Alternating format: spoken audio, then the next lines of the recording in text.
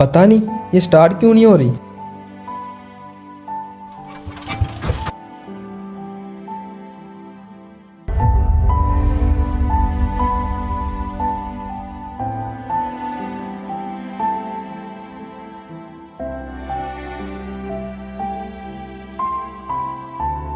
क्या हुआ, काम पे नहीं गए अभी तक?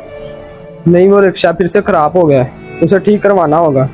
अगर तुम्हारे पास थोड़े से पैसे हैं तो मुझे दे दो ताकि मैं रिक्शा ठीक करवा सकूं। नहीं, मैं कहाँ से दूं? जो मेरी अम्मी को थोड़ा सा खर्चा भेजती है, आपकी नजर उस पे ही रहती है हमेशा। सब लोग मुझे कहते थे शादी से पहले काम नहीं करता, शादी के बाद काम कर लेगा। जो लोग शादी से पहले नहीं काम कर सकते वो बाद में भी नहीं कर सकते। इतना कमा